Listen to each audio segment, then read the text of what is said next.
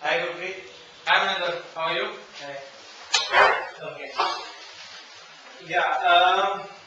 Actually, in the morning, while doing my usual internet search, I came across this domain name related news, and I thought might be you have some views on that. You're doing a lot of research nowadays, right? On the meetings after, But that's after a workshop, you are being active. That's my usual thing and all, but sometimes I get confused with these issues, and also I thought might be your thing. If I have forwarded you that link. Yeah, I have in fact seen that Kellogg's dominion dispute case, which they have lost from our National Arbitration Forum.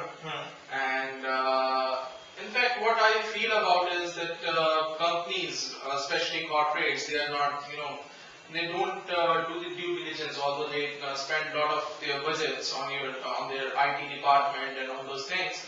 But when it comes to the investigation part or taking,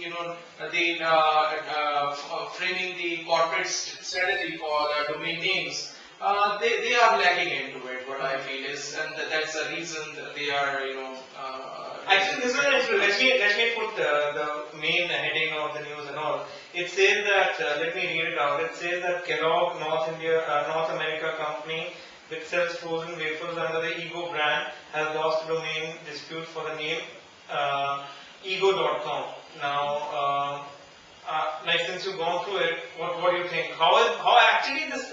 Because I've gone through a lot of domain name news and all and issues and all, but how does this make you feel that it's a little different from the other domain disputes? See, there are 2-3 issues in this kind of domain name dispute cases. First of all, ego.com, we have to see, first of all, when it was registered. Ego is EGGO, let me clarify. EGGO.com. So EGGO is a trademark of Kellogg's for wafers, some kind of wafers. They are producing some kind of wafers under the trademark Ego, and it's a well-known trademark, all of us know it. But on the website, when it comes to ego.com, EGGO.com, there is a management consulting firm which is running consultancy services on this domain. So they are not related to any kind of these kind of activities with Kellogg's. They are not in the manufacturing of food items or food products. So these services and the production of goods is totally different. Okay.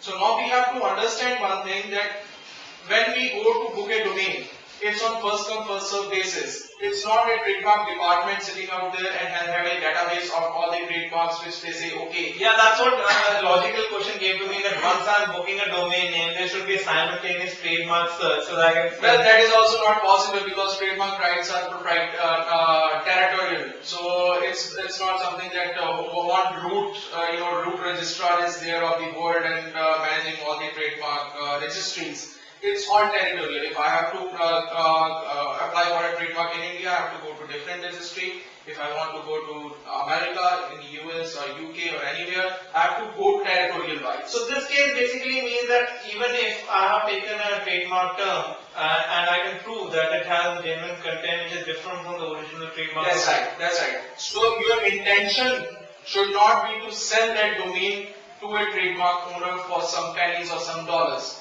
It's not something that your intention is to earn something out of that domain. Your intention should be to do a legitimate business which is not related to the field of say any of your competitors. Okay, so that is the basic idea behind it. And what one more thing in this National Arbitration Forum which they had held is that they have held that ego is it's identical confusingly similar to ego.com. They have also held that complainant have full right in ego trademark.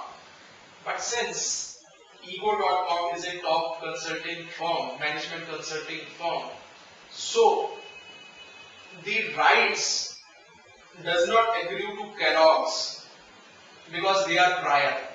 Ego.com is prior in setting up their domain, number one. Number two, their services are totally different from that of Kellogg's. So that's why they have lost this case, this domain name disputes. Okay. And number two, what I want to say here is that Kellogg's have not gone into, like this news also mentioned that egos.com, eggos.com, it's a parking page, but Kellogg's have not taken any action against that, not to my knowledge at least. So I think they should formulate some good corporate strategies first. Yeah, And go into some kind of investigations before filing these kind of disputes. They can very well go into the investigation of the domain name, to whom it was registered for at the first instance, then where it was transferred. There are various services online. Yeah, I think in news it's mentioned that people use a service of archive.org. That's true. Which actually caches the old pages. But archive.org will give you an idea that there was a website or not. But what about the domain name owners? Okay. From where it was transferred. So there you need a professional services to hire. Thanks, Ruby. Okay. Bye.